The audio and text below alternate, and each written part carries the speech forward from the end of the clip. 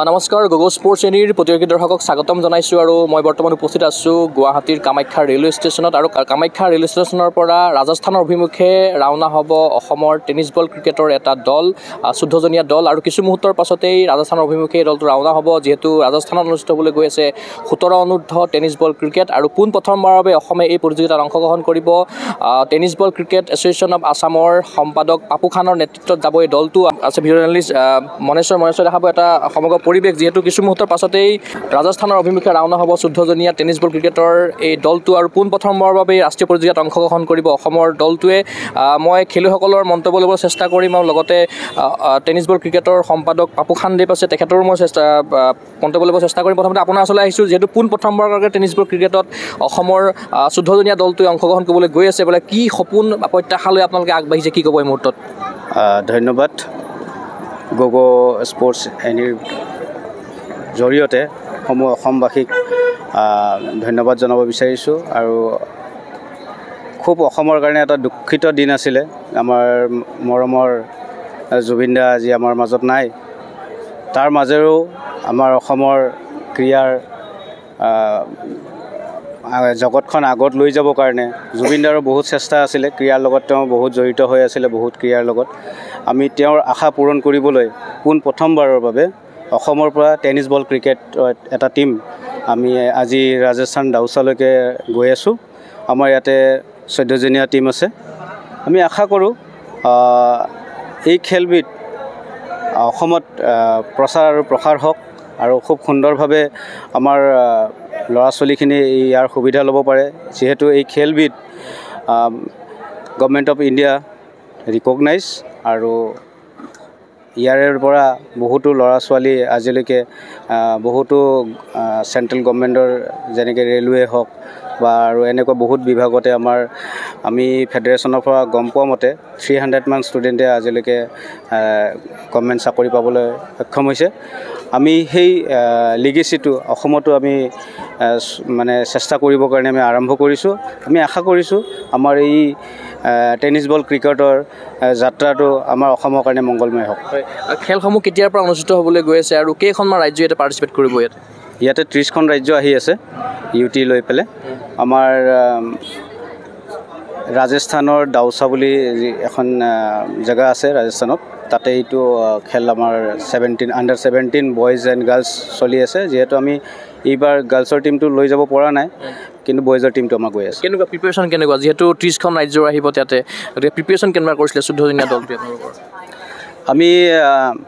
যিহেতু আমি খেলবিধ অসমত নতুন আমাৰ টীম গৈ আছে আমি আমাৰ এটা চেষ্টা চলাইছিলোঁ যে আমি এটা বেষ্ট টীম আমি এইবাৰ অসমৰ পৰা লৈ যাম সেয়েহে আমি অসমৰ প্ৰতিটো ডিষ্ট্ৰিক্টৰ পৰাই ল'ৰা বাছনি কৰি আমি এইবাৰ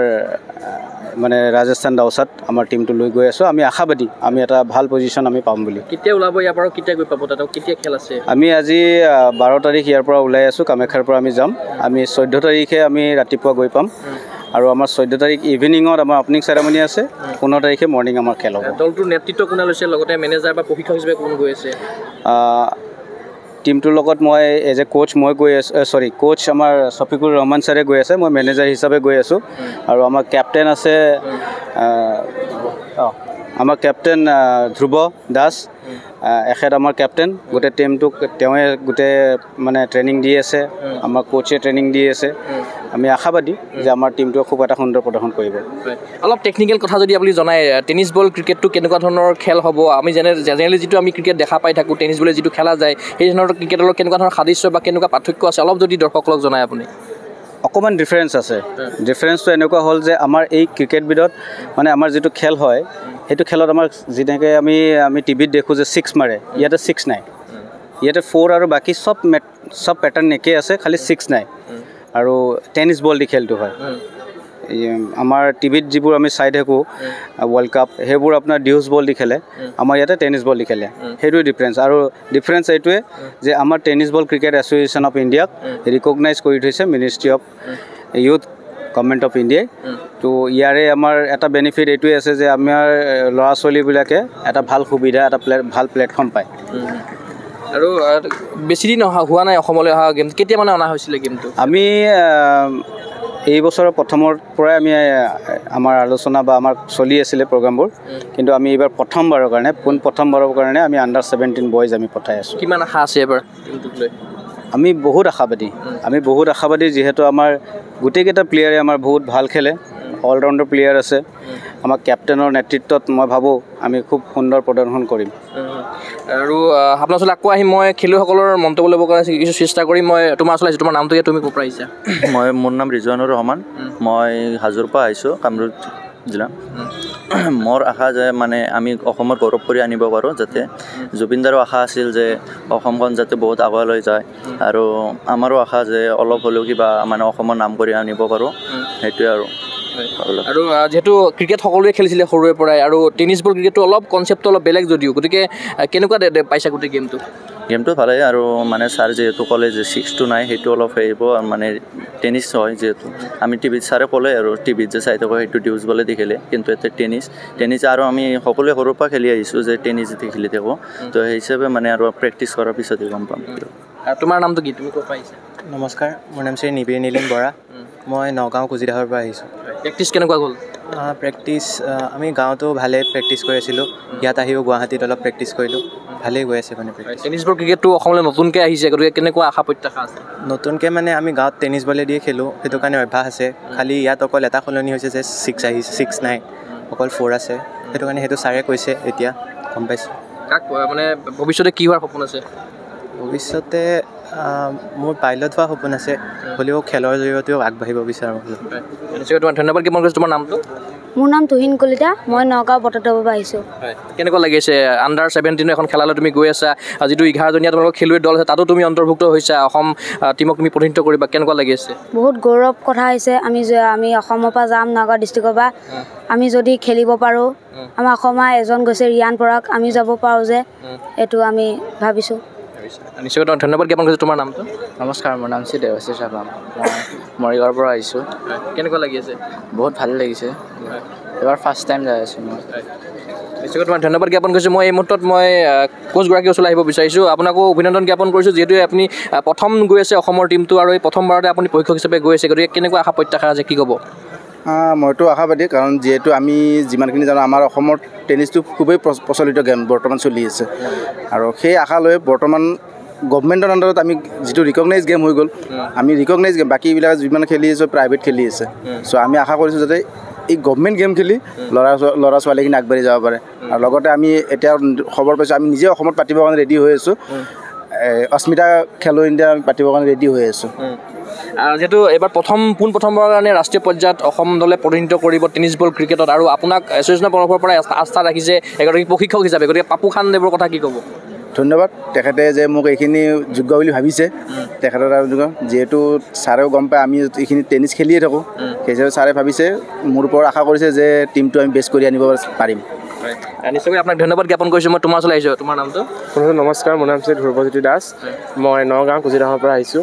কেনেকুৱা লাগিছে আণ্ডাৰ-17 ৰাষ্ট্ৰীয় পৰ্যায়ত আছে তোমালোকৰ? হয়, মন ভালেই লাগি আছে, কাৰণ ইমানখিনি সুযোগ পাইছোঁ যেতিয়া, এনেকৈ আৰু আগবাঢ়ি যাবলৈ চেষ্টা কৰিম, আৰু ভাল লাগিছে এনেকুৱা এখন মানে মঞ্চত খেলিমগৈ প্ৰথমবাৰৰ বাবে।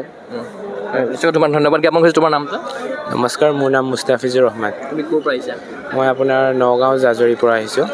কি ক'বা গোটেই টিমটোৰ বিষয়ে? টিমটোৰ বিষয়ে মানে ভালেই লাগিছে, এনেকৈ সুযোগ পাইছোঁ খেলিবলৈ, তো আমি আশা কৰিম যে ভালকৈ খেলি পেলাই মানে পুৰস্কাৰটো আনিব পাৰোঁ। নিশ্চয়কৈ তোমালোকৰ সপোন পূৰ্ণ হওক। মই আকৌ আহিছোঁ আপোনাৰ ওচৰলৈ, যিহেতু দলটো 11জনীয়া খেলুৱৈ থাকিব, গতিকে দলৰ নেতৃত্ব বা অধিনায়ক হিচাপে কোন থাকিব? আমাৰ ধ্ৰুৱ দাস, এখেত নগাঁৱৰ পৰা, এখেতে গোটেই কেপ্টেইন অধিনায়ক, তেওঁৰ আণ্ডাৰতে গোটেই টিমটো খেলিব, আৰু মই ভাবোঁ তেওঁ কেপেবিলিটি আছে আমাৰ টিমটোক জয় কৰি আনিব বুলি আশাবাদী। আপোনালোকে লগত মানে বেট আৰু বল গোটেইখিনি লৈ যাব লগা হৈছে? বেটটো লৈ যাব লাগে, নিজৰ বস্তু এইটো, নিজৰ বস্তুখিনি লৈ যাব লাগে। আৰু মানে আপোনালোকে নিজে বেটে দিয়ে খেলিব তাতে? আমাৰ নিজৰ দিয়ে খেলিম আমি, এনেও তাতেও প্ৰভাইড কৰিব বুলি কৈছিলে, কিন্তু তথাপি আমাৰ গোটেইখিনি ল'ৰা ছোৱালী তাতে আমাৰ গোটেই যোগাৰ আছেই। আমি যিহেতু এইটো আমাৰ সদায় প্ৰেক্টিছ কৰি থকা বস্তু, আমাৰ এটা আইডিয়া আছে, বা আমাৰ ৱেইটটো আমাৰ চব এটা মেইনটেইন থাকে, সেইটো কাৰণে আমাৰ নিজৰ ষ্টুডেণ্টে আমাৰ নিজৰ। বলটোৰ অলপ ডিফাৰেঞ্চ আছে নেকি, বল যিটো ইউজ কৰা হয় ইয়াতে? নে বলটো টেনিছ বল, আপুনি গম পায় টেনিছ বলটো কস্কো যিটো টেনিছ বল থাকে সেইটো দি খেলাব আৰু এটা আপোনালোকে মই যিমানটো গম পাইছোঁ আপোনালোকে এটা অস্মিতা খেলো ইণ্ডিয়া এটা গেম পাতিবৰ কাৰণে গৈ আছে অলপ যদি এই বিষয়ে জনায় হয় পোনপ্ৰথমবাৰৰ বাবে অসমে এটা সুবিধা পাইছে অসমৰ মহিলাসকলৰ কাৰণে ছোৱালীসকলৰ কাৰণে অস্মিতা খেলো ইণ্ডিয়া যিটো আমাৰ এইবাৰ অসমত অনুষ্ঠিত কৰিব গৈ আছোঁ আমি গুৱাহাটীত ডিচেম্বৰ ফাৰ্ষ্ট উইকত আমি অৰ্গেনাইজ কৰিম তো আপোনাৰ মাধ্যমেৰে সকলো স্কুলৰ সকলো টেনিছ বল ক্ৰিকেটৰ যিখিনি প্লেয়াৰ্ছ আছে তেওঁলোকক অনুৰোধ কৰিছোঁ যে এই খেলবিধত আহক আৰু অংশগ্ৰহণ কৰক ইয়াৰে পৰা যিখিনি যিটো টিম চেম্পিয়ন হ'ব সেই টিমক আমি নেশ্যনেল যিটো খেলো ইণ্ডিয়া অস্মিতা খেলো ইণ্ডিয়া হ'ব তাতে অংশগ্ৰহণ কৰিবৰ কাৰণে সুবিধা পাব ডেট আৰু ভেনু হৈছে নেকি নিশ্চিত ডেট আমি মানে ডিচেম্বৰ ফাৰ্ষ্ট উইক কৰি আছোঁ কিন্তু আমি একচুৱেলি মানে অফিচিয়েলি আমি ডেটটো এতিয়াও এনাউন্স কৰা নাই ডিচেম্বৰ ফাৰ্ষ্ট উইকতে হ'ব 1 পৰা 7 ভিতৰত আমি পাতিম গুৱাহাটীতে পাতিম যিহেতু নতুন গেম গতিকে খেলুৱৈসকলো নিশ্চয়কৈ আগবাঢ়িলে ডিচেম্বৰলৈ আৰু বেছি দিনো নাই গতিকে যিসকল খেলুৱৈ টেনিছ বল ক্ৰিকেটৰ সৈতে জড়িত হ'ব বিচাৰে তেখেতসকলক উদ্দেশ্যে আপুনি কি বাৰ্তা প্ৰেৰণ কৰিব বিচাৰিব সকলোকে ৱেলকাম জনাইছোঁ আহক এই খেলবিধ খেলক আৰু অভিভাৱককো ক'ব বিচাৰিছোঁ যে এই খেলবিধত মানে ইঞ্জুৰি কম আছে যিহেতু টেনিছ বল দি খেলিব পাৰিব আৰু এটা প্লেটফৰ্ম পাব গভৰ্ণমেণ্ট ৰিকগনাইজ গেম হয় তো ইয়াৰ পৰা বাচ্চাই চেম্পিয়ন হ'লে হয়তো স্কলাৰশ্বিপ ল'ব পাৰিব অসম চৰকাৰৰ পৰা তো মই আশাবাদী আজিকালি ল'ৰা ছোৱালীবোৰ যিহেতু অনলাইনত খুব থাকেই তো অনলাইনত তেওঁলোকে চেক কৰিলেই গম পাব যে টেনিছ বল ক্ৰিকেট ৰিকগনাইজ 1999ত ৰিকগনাইজ হৈছিলে ভাৰতত আৰু এতিয়ালৈকে একেৰাহে চলি আছে আৰু খুব সুন্দৰ প্ৰদৰ্শন আৰু ৰিচেণ্টলি আমি অস্মিতা খেলো ইণ্ডিয়া ভাৰতৰ প্ৰতিটো ষ্টেটতে নৱেম্বৰৰ পৰা ডিচেম্বৰৰ ভিতৰত হ'ব আৰু তাৰে ভিতৰত অসমতো আমি ডিচেম্বৰ ফাৰ্ষ্ট উইকত আমি অৰ্গেনাইজ কৰিব গৈ আছোঁ খুব ধুনীয়া টি চাৰ্ট আপোনালোকে লৈ লৈছে লগত খেলুৱৈসকলক প্ৰদান কৰিছে লগতে আপোনালোকে জাৰ্চিও প্ৰদান কৰিছে বুলি কোৱা শুনিছোঁ গতিকে টি চাৰ্ট বা জাৰ্চি এইসমূহ নিজে বহন কৰিছে নে এছ'চিয়েশ্যনৰ তৰফৰ পৰা আপোনালোকে এইটো আমাৰ tennis ball cricket association of আছামৰ পৰা আমি সকলো ষ্টুডেণ্টকে এইটো প্ৰভাইড কৰিছোঁ আৰু আমি আশা কৰিছোঁ তেওঁলোকে খুব ভাল পাইছে অসম চৰকাৰৰ লগত কথা পতা হৈছে নাই বিষয়ত আপোনালোকৰ আমি অলৰেডি কথা পতা আৰম্ভ কৰিছোঁ আমি অস্মিতা খেলো ইণ্ডিয়াৰ বিষয়েও আমি অকণমান আমাৰ এছিষ্টেণ্ট ডাইৰেক্টৰক ইনফৰ্ম কৰিছোঁ তেওঁ আমাক খুব উৎসাহ জনাইছে আমাক অৰ্গেনাইজ কৰিবলৈ কৈছে তেওঁলোকে নিশ্চয় আমাক ছাপোৰ্ট কৰিব ইন ফিউচাৰ নিশ্চয়কৈ আপোনাক ধন্যবাদ জ্ঞাপন কৰিছোঁ পুনৰ ভিডিঅ' জাৰ্নেলিষ্ট মনেশ্বৰ এবাৰ এটা পৰিৱেশ দেখাব যিহেতু 14জনীয়া এটা দল কিছু মুহূৰ্তৰ পাছতেই ৰাজস্থানৰ অভিমুখে অসমৰ পৰা গুৱাহাটী কামাখ্যা ৰেলৱে ষ্টেচনৰ পৰা ৰাওনা হ'ব যিহেতু 17 ৰাষ্ট্ৰীয় টেনিছ বল ক্ৰিকেট ৰাজস্থানত অনুষ্ঠিত হ'বলৈ গৈ আছে আৰু পোনপ্ৰথমবাৰৰ বাবে অসমে এই প্ৰতিযোগিতাত অংশগ্ৰহণ কৰিব আমি আশা কৰিম এই টেনিছ বল ক্ৰিকেট ৰাষ্ট্ৰীয় টুৰ্ণামেণ্টত অসমৰ এই দলটোৱে সুন্দৰ প্ৰদৰ্শনেৰে অসম মাতৃক গৌৰৱান্বিত কৰক এই আশাৰে মই চিন্ময় কুমাৰ বৰাই বিশেষ অনুষ্ঠান বা বিদ্যালয় চাই থাকিব গগৈ স্পৰ্টছ চেনি ধন্যবাদ